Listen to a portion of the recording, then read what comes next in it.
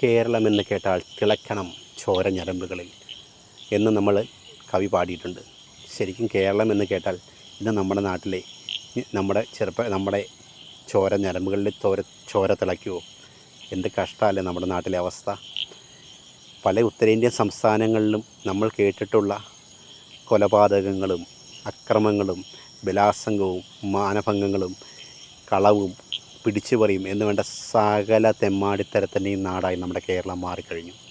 ഇങ്ങനെയൊന്നും ആയിരുന്നില്ല നമ്മുടെ കേരളം. എന്ത് മനുഷ്യസ്നേഹമുള്ള എന്ത് മനുഷ്യപ്പറ്റുള്ള ആളുകളായിരുന്നു. നമ്മുടെ ജാതിയോ മതമോ ഒന്നും ഇല്ലാതെ എല്ലാവരും അങ്ങോട്ടും ഇങ്ങോട്ടും പരസ്പരം സ്നേഹിച്ച് നല്ലൊരു സൗഹൃദത്തോടെ നല്ല സ്നേഹത്തോടെ കഴിഞ്ഞ ആളുകളായിരുന്നു നമ്മുടെ നാട്ടിൽ. നമ്മുടെ വീട്ടിലൊക്കെ ഒരു സാധനം ഉണ്ടായാൽ മറ്റൊരാൾക്ക് ഷെയർ ചെയ്യാൻ, ഒരു ചക്ക ഇട്ടാൽ ഒരു മാങ്ങ പറിച്ചാൽ, അല്ലെങ്കിൽ നമ്മുടെ വീട്ടിൽ ഒന്നുമില്ലെങ്കിൽ അടുത്ത വീട്ടിൽ ചെന്ന് ചോദിക്കാൻ, ഇതിനൊക്കെ നമുക്കൊരു മടുപ്പും ഇല്ലാത്തൊരു കാലം ഉണ്ടായിരുന്നു.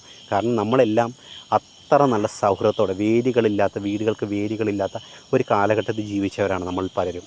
40 വയസ്സ് കഴിഞ്ഞാലും 35 വയസ്സ് 30 വയസ്സ് മുകളിലുള്ള പലർക്കും തങ്ങളുടെ ബാല്യം അത്രത്തോളം മനോഹരമായിരുന്നു എന്ന് മനസ്സിലാക്കാൻ കഴിയും. എന്നാൽ ഇന്ന് നമ്മുടെ കേരളത്തിലെ അവസ്ഥയൊന്ന് ആലോചിക്കൂ.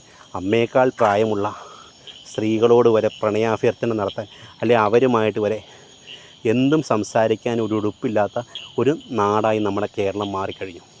അത്രത്തോളം ഒരു അധപതനത്തിൻ്റെ അവസ്ഥയാണ്.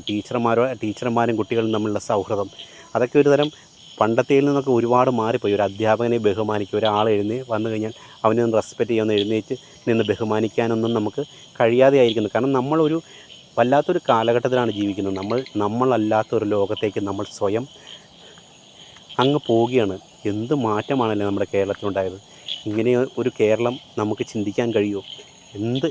എത്രയോ നല്ല മനുഷ്യപ്പറ്റോടെയാണ് നമ്മുടെ നാട്ടിൽ നമ്മളെല്ലാം കഴിഞ്ഞുകൊണ്ടിരുന്നത്. ഇതൊക്കെ എന്താണ് നമ്മുടെ നാടിന് പറ്റിയെന്ന് നമ്മൾ ശരിക്കും പറഞ്ഞാൽ സങ്കടത്തോടെ ചിന്തിച്ചു പോകും.